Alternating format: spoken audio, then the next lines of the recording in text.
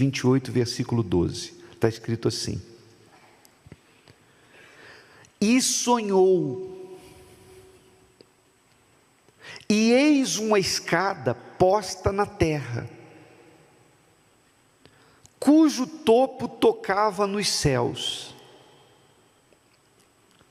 E eis que os anjos de Deus subiam e desciam por ela. E eis que o Senhor estava em cima dela e disse: eu sou o Senhor Deus de Abraão teu pai, e o Deus de Isaque. Esta terra em que estás deitado, darei a ti e à tua descendência. Repare que Deus, as primeiras palavras de Deus são: eu sou o Senhor Deus de Abraão teu pai. Por que Deus fala dessa forma? Ninguém que já é conhecido chega dizendo quem é.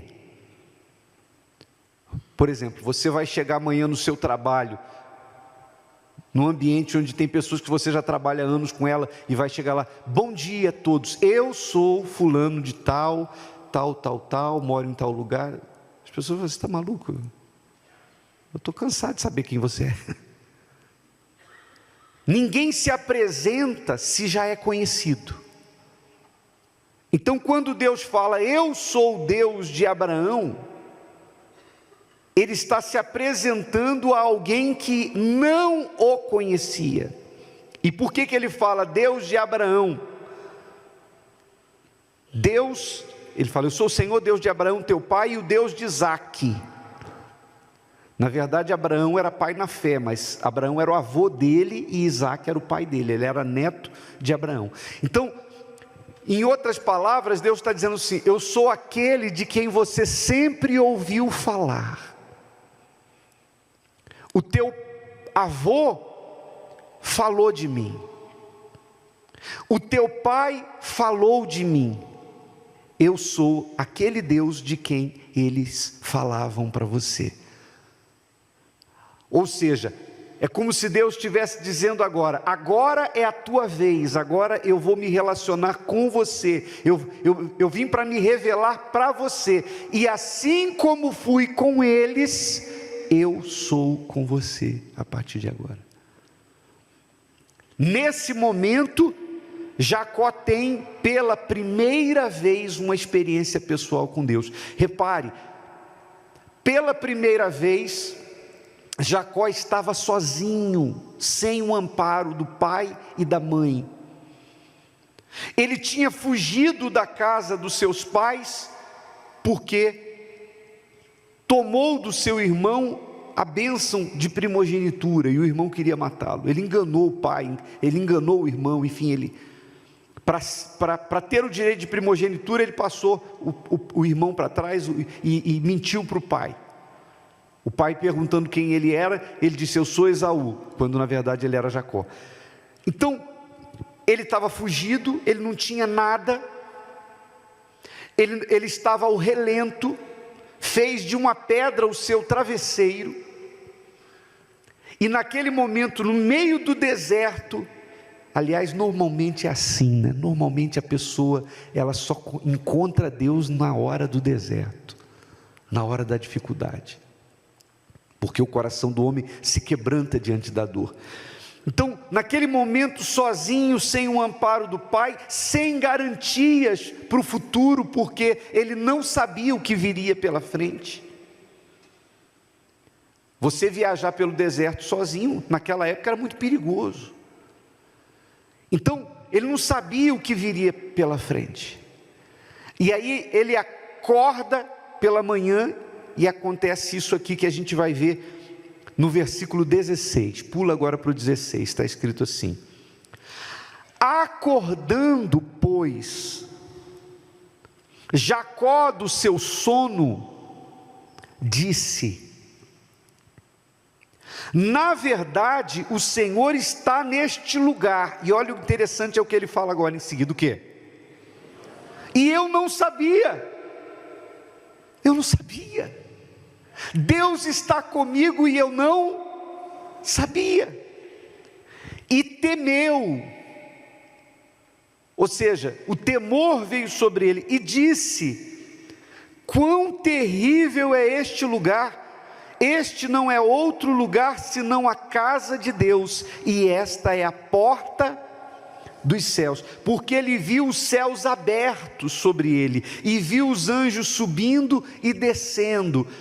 A gente viu num trecho da novela, a novela retratou isso, ou tentou retratar isso, porque eu acho que é muito difícil a nossa imaginação alcançar a experiência que ele teve, de ver os céus abertos e os anjos de Deus subindo e descendo, e Deus estava subindo e descendo por uma escada, e Deus estava no topo da escada. Então eu imagino que deve ser muito difícil e a nossa imaginação alcançar algo tão grande.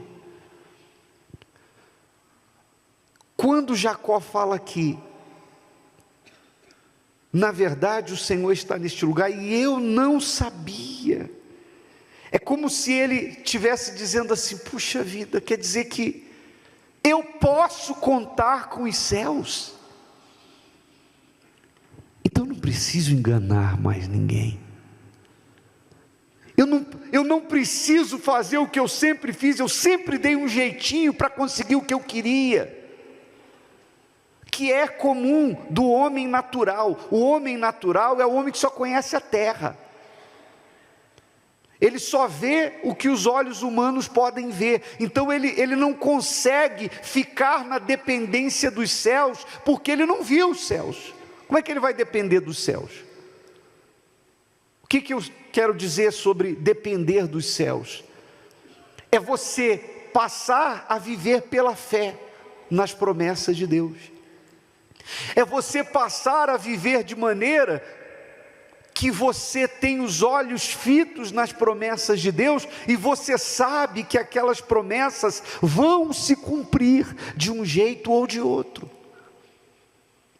Repare que quando Jacó se levantou pela manhã, depois dessas palavras que nós lemos aqui, ele fez um voto com Deus.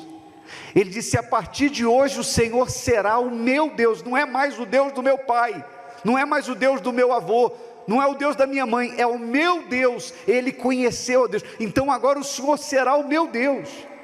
A pedra que erigi por coluna será a casa de Deus. Ele pegou aquela pedra, derramou o azeite que ele tinha sobre a pedra e falou: se o Senhor me der pão para comer, roupa para que me vista, e paz para que eu retorne à casa dos meus pais, porque ele estava saindo brigado com o irmão, então o Senhor será o meu Deus, e de tudo quanto me concederes, eu te darei o dízimo. O voto do dízimo que ele faz não tem nada de comercial. Deixa eu ir mais para perto de vocês aqui agora. Não tem nada de comercial.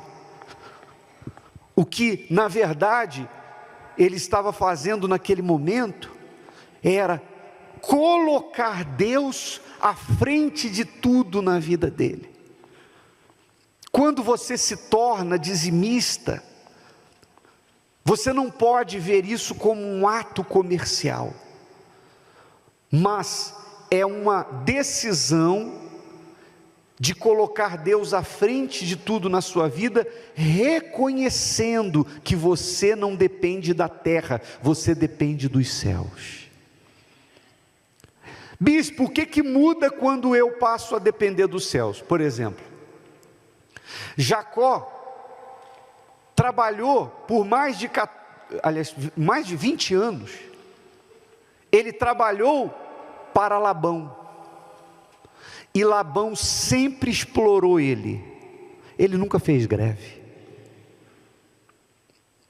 ele nunca chegou e falou assim: Labão, o negócio é o seguinte, ou você melhora as minhas condições, ou hoje eu não trabalho. Nunca.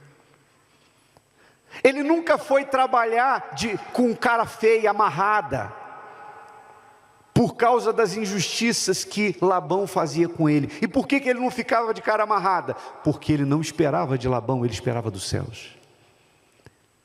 Ele não estava pautado no acordo que ele fez com Labão, ele estava pautado na aliança que ele fez com Deus. Então por que eu vou ficar esquentando a cabeça com os homens, se eu não dependo dos homens? Eu dependo de Deus. E quando Jacó chegou a um determinado momento da vida dele, que ele procurou a Labão e disse assim: olha, eu vou embora, porque eu já trabalhei muito por você, e agora eu vou trabalhar para mim. Ele não fez greve, ele decidiu ir embora, voltar para a terra dele. Ele tinha liberdade para isso. Labão falou: não vai não, porque ele era um excelente servo. O próprio Labão falou: eu reconheço que Deus me abençoou pelo teu trabalho, pô. Em outras palavras, você é o cara. O que você quer? Fala quanto você quer que eu pague, fixa teu salário, eu te dou o que você quiser, mas não vai embora não. Se Jacó tivesse a visão da terra, ele ia dizer: deixa eu ver aqui, sobe 2, desce 5, não sei o que, 7 mais 2, eu quero X de salário. Não. Jacó disse: vamos fazer o seguinte, tudo que nascer listrado, salpicado e malhado do rebanho é meu, tudo que nascer liso é seu. E a maioria nascia liso. Então Labão na hora fechado. Jacó cria o seguinte: Deus vai mexer na genética dos animais para me favorecer, porque ele tem que cumprir o que ele me prometeu. Lembra que ele ia lá e colocava a varinha quando os animais iam beber água, lá ele colocava a varinha, e quando os animais davam à luz, só nasciam salpicados, listrados e malhados. E ele ia colocando a parte: isso aqui é meu, um pouquinho era de Labão. E Labão, insatisfeito, começou a ver que só nasciam dos rebanhos animais para Jacó. Falou: não, eu vou mudar. Os lisos ficam para você, listrados, salpicados e malhados ficam para mim. Jacó: tem problema. Tirou a varinha, só nasciam lisos. E a Bíblia diz que 10 vezes Labão mudou o salário dele, e nas 10 vezes a natureza favorecia Jacó, de maneira que ele se tornou um dos homens mais ricos do Oriente Médio, mais rico do que Labão. Quando ele foi de volta para casa, para sua terra, ele levou riquezas, rebanhos, ouro, prata, animais, servos, servas, se tornou riquíssimo. Amém, pessoal? Mas se você pegar daquela noite em que ele viu os céus até o fim de sua vida, nunca mais Jacó enganou ninguém. Nunca mais ele trapaceou, nunca mais ele mentiu. Por quê? Porque eu não preciso, os céus me favorecem, poxa vida. Eu tenho os céus a meu favor, para que eu preciso dar jeitinho? Uma pessoa que vive na dependência dos céus, ela não precisa. Posso falar? Eu vou falar de um jeito que vocês vão entender. Puxa saco. Lá no trabalho tem gente que quando o patrão passa, ela muda até a postura. E se ela faz alguma coisa, ela faz de tudo para que veja: ó, fui eu. Não. A pessoa que vive, que conhece os céus, que ela sabe que os céus estão abertos sobre ela, ela trabalha para os céus. O que ela faz é entre ela e Deus, é para Deus, porque ela sabe que Deus é que vai honrá-la. Amém, pessoal? Ela é a mesma na presença dos homens e longe da presença dos homens. Se os homens estiverem vendo, ela é a mesma pessoa se não estiverem vendo. A pessoa que está ligada aos céus, ela não precisa que ninguém fique em cima dela, dizendo: olha, você tem que fazer o melhor, você tem que ser assim, não minta, não roube. Não precisa. Às vezes o filho, por exemplo, a mãe tem que viver aprumando o filho, o pai tem que viver falando: meu filho, olha, faz isso aqui, aquilo ali, pô, você não cuida das suas roupas, você não arruma o seu quarto, você, sabe, fica enrolando para fazer as coisas, meu filho, você fica fazendo coisas erradas, eu tenho ouvido falar de você que na rua você está fazendo isso, é porque ele é terreno, ele está ligado à terra. No dia que ele for ligado aos céus, pai, mãe, esquece, não é mais você, agora ele é filho de Deus, e ele vai fazer porque Deus está com ele, ele vai se relacionar com os céus. Compreende, pessoal, sim ou não? Jacó não guardou mágoa de Labão, não fez mal a Labão, não retribuiu de mau grado, aliás, não trabalhou de mau grado para Labão com cara feia, como eu falei. Jacó, ele não levou mágoa para a sepultura, mesmo que muita gente, você sabe que aquilo, né? Quando você se converte, Deus perdoa os seus pecados, mas Ele não impede que você colhe o que você plantou. Você já viu o caso de gente que se converteu e era bandido, e depois que se converteu se entregou para a polícia? E ficou preso com 1 ano, 2 anos, 3 anos. De vez em quando a gente vê testemunhos de homens que estão na cadeia, pagando lá e ganhando almas lá dentro. Jacó foi perdoado, mas ele foi muito enganado, porque ele o quê? Enganou. Só uma mentira que contaram para Jacó durou em média 30 anos, sabia? Só uma mentira que contaram para Jacó. Que isso, bispo? Foi. E quem contou foram os filhos. Os filhos chegaram para ele com a roupa de José, molhada com sangue de um animal, e falaram: pai, olha o que nós encontramos aqui, ó.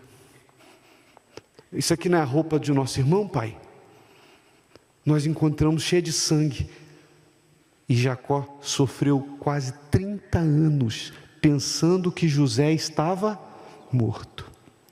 José, que era um jovem, sei lá, seus 17 anos,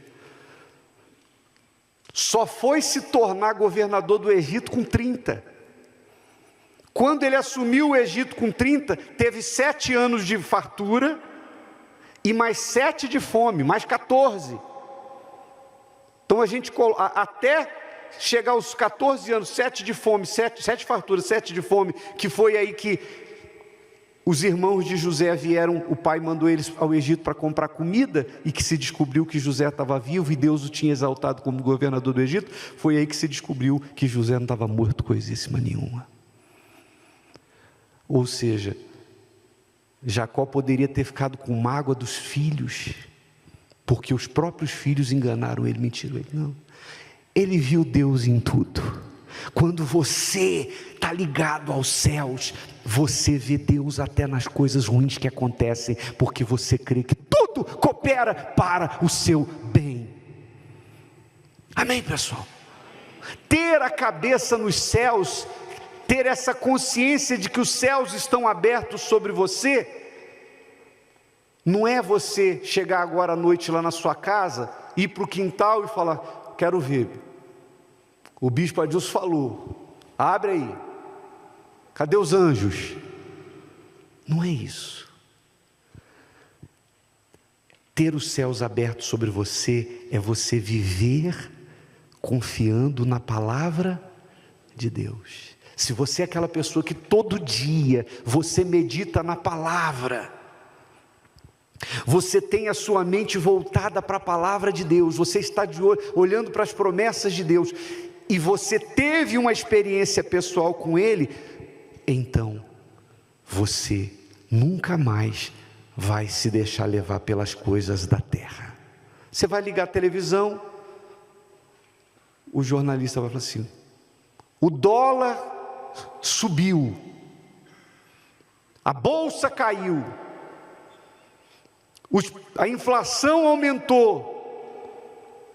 O homem natural já fica assim: meu Deus do céu, como é que eu vou ser? Como é que eu vou pagar? Como é que eu vou fazer? Meu Deus do céu, como é que vai ser amanhã? O homem natural. Você vê tudo aquilo, mas você diz assim: não, eu dependo dele. 1000 vão cair de um lado, 10.000 do outro. Eu não vou ser atingido. Você está o tempo todo com a cabeça no céu. Você vive aqui na terra, você vê tudo o que acontece, você ouve, você se informa, mas você não se deixa influenciar pelas coisas terrenas, porque você sabe que o seu Redentor vive. Você depende de Deus. Agora, é óbvio que para isso acontecer, você tem que ter uma experiência com Ele. Se você vem aqui e o Deus que você vem orar e buscar é o Deus do Bispo Macedo, é o Deus do Bispo Renato, é o nosso Deus, é o Deus do Bispo Jadson, dos outros, você não teve uma experiência com Ele, então tem que acontecer esse encontro em que Ele vai se revelar para você por meio do Espírito Santo. Quando a pessoa tem uma experiência pessoal com o Espírito Santo, agora não é mais o Deus deles, é o meu Deus. Ele disse: o Senhor será o meu Deus. Deus começou falando: eu sou o Deus de teu pai. No final Jacó fala: agora o Senhor é o meu Deus. Aí já era. Quando o diabo vier com a fruta para você, diz assim: ó, vai, cai dentro. E você lembrar das coisas, você vai desprezar. Quando o diabo vier com um prato de lentilhas, com um pecado, e usa mulher, e usa homem, e dinheiro, e falcatrua, e caminho fácil, o diabo vai tentar de tudo, mas você está o tempo todo o quê? Para quê? Para que eu vou querer isso se eu tenho o que o meu Deus me promete? Lembra de Abraão? Quando o rei de Sodoma chegou para Abraão e quis entregar para ele os bens recuperados na guerra, os despojos. Ele disse: Abraão, me dá as pessoas, fica para você tudo que você conquistou na guerra, os bens. Abraão: levanto minha mão para os céus, não quero nada teu, nada, para que você não diga amanhã que me deu alguma coisa, porque aquele rei de Sodoma simbolizava o diabo. Eu não quero nada seu, não quero, desculpa falar assim, não quero ter rabo preso com você. Quero nada do diabo, para amanhã o diabo não chegar e dizer assim: fui eu que ajudei. Não, eu quero o que vem de Deus. Pode demorar mais, mas eu quero o que vem de Deus. Você edifica a sua vida na rocha. Amém, pessoal?